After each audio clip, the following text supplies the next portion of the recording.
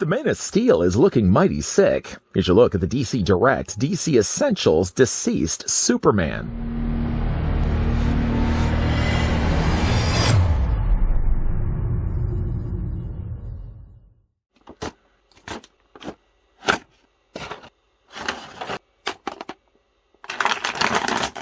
DC Essentials is a line of 7-inch action figures based on DC characters with universal appeal, accessible to both longtime collectors and those just starting out, which delivers authentic detail from a company with 2 decades of experience creating high-quality action figures. Based on the popular DC Comics miniseries 2019 DCeased, this DC Essentials action figure series takes the most popular characters in the line and turns them into zombie-like creatures. What's blue, what's red, and mostly dead? Right now somebody's thinking, whoa, I came to watch a figure review, not answer mind-boggling tough riddles. Actually, the answer was Superman, because he's wearing blue and red, and he's somewhat dead.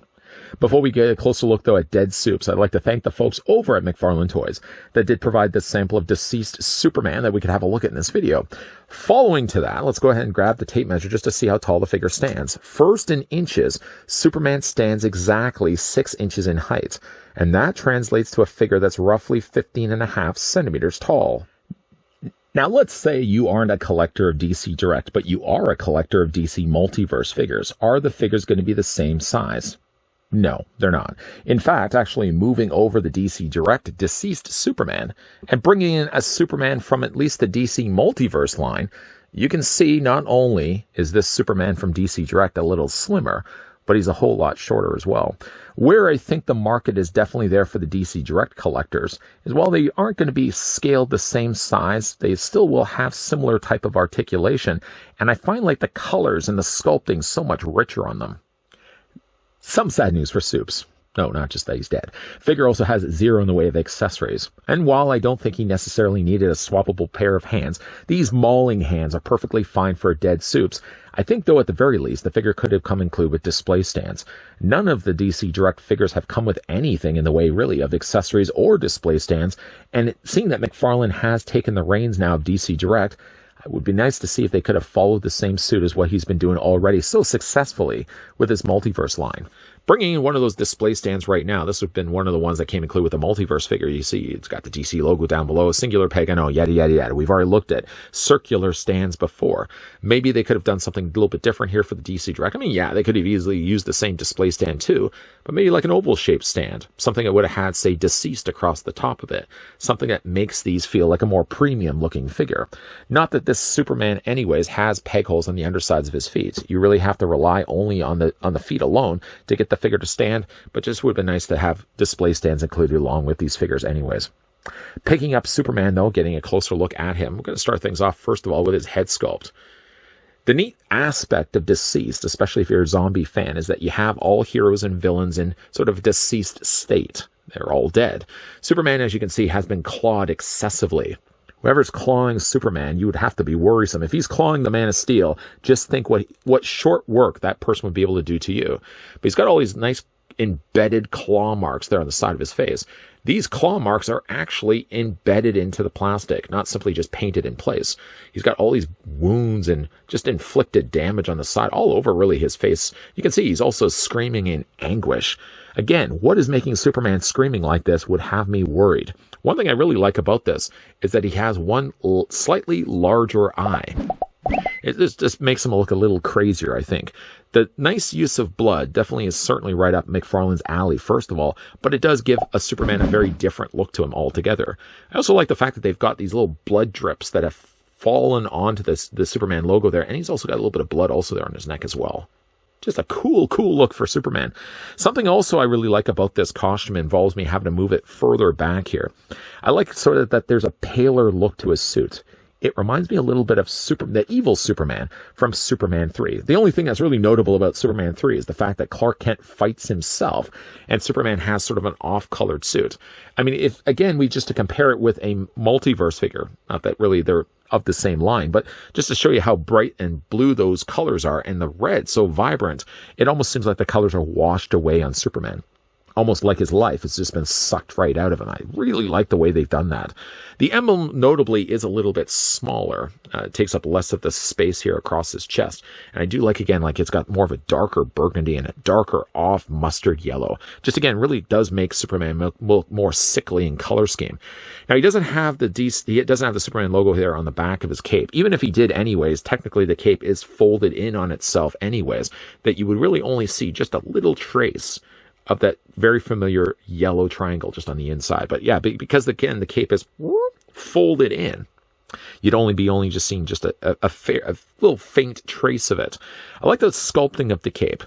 I don't know if I would have added all these wrinkles on the inside of it. I almost feel like it should be like a continuation, but I'm guessing they probably did make it in the opposite direction, so then draws more attention to the fact that the cape has been folded over on itself. Because again, if they just added the same straight lines from the top to the bottom, then it would be hard to kind of see how the cape is just folded in. Although really, when you're looking at it like this, it's really less folded in, but it certainly does look like when you're looking at it from well, at least the side like this. As already mentioned, the figure does have some grabbing hands, again, suitable for, I think actually the Batman has similar types of hands like this. In fact, even like looking at the back of the packaging, both Flash, not necessarily DCeased Harley Quinn, which is a figure that we will be looking at in an upcoming review, but also DCeased Supergirl, all sort of have like these grabbing hands, which work perfectly for the figures themselves. Like the skin tone for the hands, that's one thing I certainly will mention. The skin tone does seem a little off when you're comparing it to his face and to his neck. But again, you can imagine, like, with a lot of his energy being drained from his body, that he would look a little paler in his face and maybe not as pale necessarily in his hands. For the rest of his body, again, you've got the more classic-looking Superman outfit. So you've got the yellow belt, you've got the red underoos. Now, the underoos, actually, I know some people don't like when I call them underoos. Sorry for that. The underoos, actually, what they have done is they've painted a continuation of them onto his legs. They could have technically stopped it right there and just had the tops of his legs blue, but I guess they did want to make it more of like a triangular shape, and the reasoning why they added the red to the top of it. The boots are nicely painted in the way that they match the coloring of his trunks. They actually match the same coloring also as his cape. The boots almost seem as if they needed a second coat of paint. There's a few little sections there where it seems almost as if the paint isn't quite finalized. As you can see, there's like a little bit of blue peeking out. But other than that, I do really like the colors and choices that they went with when it came to the blue, when it came to the red, and when it came to the yellow. Again, more softer approaches to all three of those colors. And it works better for a zombie-looking Superman like this. For the articulation on this figure, let's zoom on in. Let's have a look first of his head sculpt. It is on a ball joint. One last time to look at it. So cool. Love it, love it. Head is on a ball joint, so yeah, it rotates all the way around. What you may also see too is as I swivel it around, he also has a hinge joint. So the ball joint is actually sitting on a hinge that gives him some additional posability in the neck there as well. Unfortunately, when you have the head swiveled this far over, you can see that they've actually not painted the peg. But if you are going to have the figure looking forward, which is most likely the way that most people are going to be displaying their Superman anyways, you're really not going to notice the fact that the joint isn't painted underneath there. Shoulders do come out. I would say confidently, I could say that they're just a little less than 90 inches, 90 degrees, I should say. You can't get them all the way up, and most of it probably could be due to the fact that he's got such broad shoulders like this, but you can get just a little less than that. More than enough for a super bear hug. The arms rotate all the way around. The figure does also have a swivel in his bicep. Figure also possesses a double hinge on his elbow, with some nice articulation also possessing in the hands, with a hinge back and forth there too. Figure also does have an upper torso crunch. You can see also that there's a peg that connects the top of the torso to the mid-abdomen area. At least they've actually painted this somewhat the same similar color. If they had done this, say, of a darker blue, it would be a little bit more noticeable than what it is. And again, you're probably going to be displaying the figure looking straight forward at it anyways. Figure also does have a possession of a waist swivel. You can swivel that back and forth. Figure does have just a straight ball joint for the tops of his legs. So you can allow the legs to move out this way. You can take the legs moving forward and back. 3/4 of the way up the thigh, there's a swivel cut, so you can swivel those legs all the way around that way. Figure has also a double hinge on the knees. Articulation there also by the way they've attached the boots. There's articulation here on the ankles, and you can also rock them back and forth. The figure also possesses no toe articulation. Not that he necessarily needed toe articulation.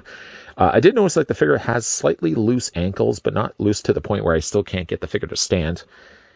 And just again, a really, really neat looking Superman. Maybe it may have something to do with the fact that I love the horror genre, and I'm kind of kind of interested in the zombies, to say the least. I kind of like the idea that the DCeased line has been carried on. Somewhat ironic, really, when you think about it, that DC Direct died around the time that we were getting the DCeased. Somewhat ironic in that sense, and it has been resurrected by the folks over at McFarlane Toys, continuing not only the line, but fans that loved collecting the DC Direct in the past, like myself. I got to admit, I was pretty upset when DC Direct stopped making figures and statues. Whatever it was going on behind the scenes, unfortunately, they just sort of closed the doors, and their fate remained unknown, until eventually McFarlane Toys picked up the licensing and all the things that were under the DC Direct banner at the time that the company closed down. That meant one good thing about collecting this line, even if you had collected the stuff that DC Direct had done before they closed shop, all the stuff that we're getting now from McFarlane Toys is simply just a continuation of that. That means that when we were looking at figures here, they're the exact same figures as what we were getting before. Same mold, but just again, a continuation of that. It would have been one of my worries, especially hearing it announced that McFarlane was going to be picking up the DC Direct stuff. I thought they were going to be reinventing the molds, changing the things that we were so used to before, but it wasn't the case at all. We're getting all the same figures that we got, and sort of along with that maybe comes some of the problems of him continuing on the licensing, in the sense that these molds haven't been updated. I don't think they necessarily need to update anything from head to somewhat toe. The only issue I ever really had with the DC Direct stuff was the way that the ankles were built. Now, I haven't had any issues so far here with DCeased Superman, but I can see that there is a potential for his ankles to develop looseness.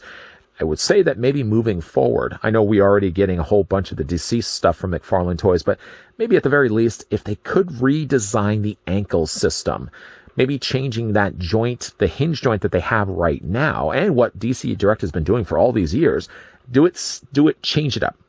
Change up and configure the ankles just a little bit better so that the ankles are strong enough to hold the figures. Like I said, I don't have any issues right now with Superman as he is, well, in the amount of time I've had him on display and certainly reviewed him for you guys. But I do worry, like all the times I've had DC Direct figures in the past, some of them, not all of them, but some of them have developed really loose ankles. And I hope that maybe that's something that McFarlane would consider to do. Keep all the rest of the mold the same, so at least the scaling and the body proportions are continued the same. But maybe just change and work on the ankles. That's the only thing I would say. And maybe it would be nice from time to time that they could also throw in some accessories, something that really DC Direct didn't do a whole lot with, especially when it came to their DC Essentials stuff. Other than those fixes, I'm glad to see that this is finally being picked up by a company that really wants to continue to run with it. They'll still keep their multiverse stuff as a standalone property. They're still going to be churning out figures and figures and figures of those, but I'm glad to see that they're also being able to do the DC Direct stuff too.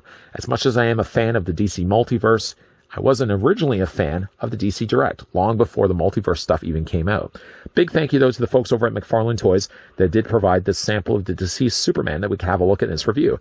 What do you guys think of the figure? Let me know down below in the comments section. And if you enjoyed this video, why not hit it with a like? If you're loving the content, certainly want to stick around for more, then hit that subscribe button down below and turn on the bell notification. While we have wrapped up the review for DCeased Superman, there will be more DC Direct reviews coming your way in the not-so-distant future. And as always, thanks for watching. See you guys next time.